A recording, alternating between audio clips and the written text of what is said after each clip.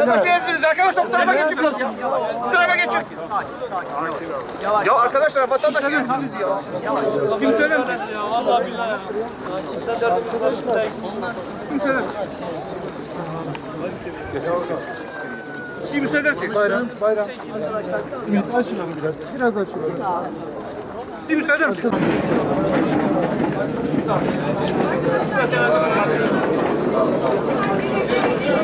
أعظم الله أجركم وأحسن عزاكم وغفر الله لأمواتكم وخاصة إلى روح أمواتكم الفاتحة.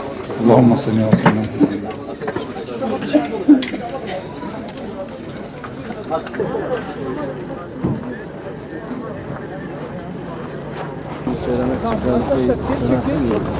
Araya vatandaş şey yapıyoruz. Sayın Vekilim şuraya alalım. Sayın Valim.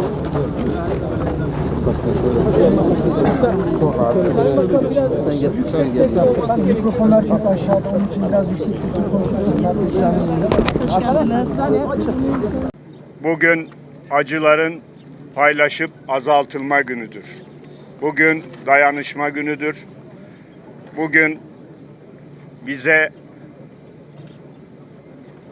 tevdi edilen bir görevin hemen arkasında bölgedeki milletvekillerimizle, bakanlarımızla buraya geldik.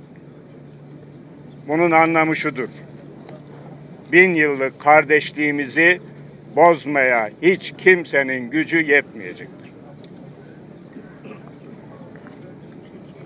Ankara'da da söyledim, burada da söylüyorum.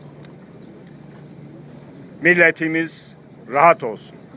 Emin olsun ki bu terör belası Türkiye'nin gündeminden mutlaka çıkacak. Bunun için gereken ne lazımsa harfiyen, eksiksiz yerine getireceğiz. Bir kez daha bu menfur olayda hayatını kaybeden Tanışık Köyü'nün çok değerli sakinlerine, kardeşlerime Allah'tan rahmet diliyorum. Yakınlarına, akrabalarına sabır niyaz ediyorum. Şunu herkes bilmelidir ki gereken neyse her şey yapılacak. Devletimiz bütün imkanlarını seferber edecek. Bölgede Temmuz'dan beri devam eden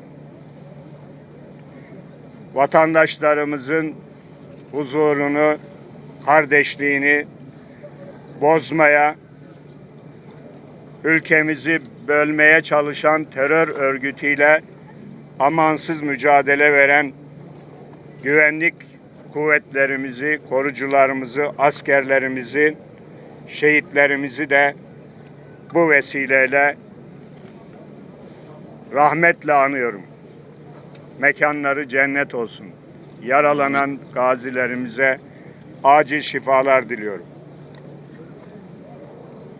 Onlar bilmeli ki 78 milyon vatan evladı duasıyla, desteğiyle gece gündüz arkasındadır.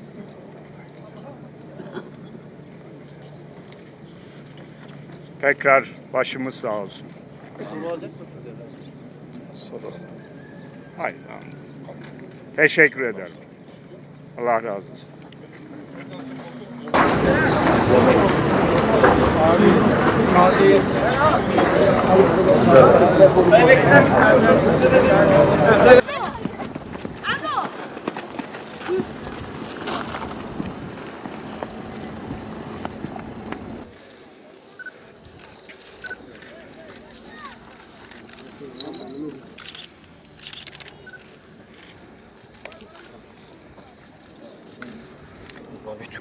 Herbecinê.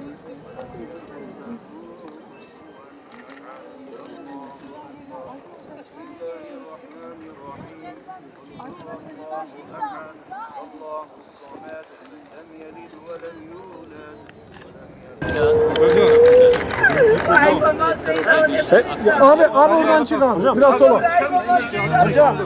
Öndeki hocam. Çık. AK Partiyê, Bînalî Yildirim. Yalan da ona bir çıkar mısınız oradan ya?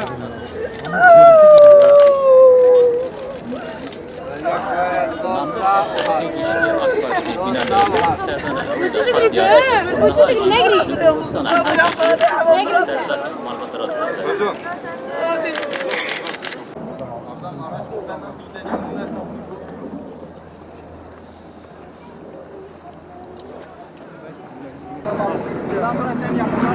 Yavaş.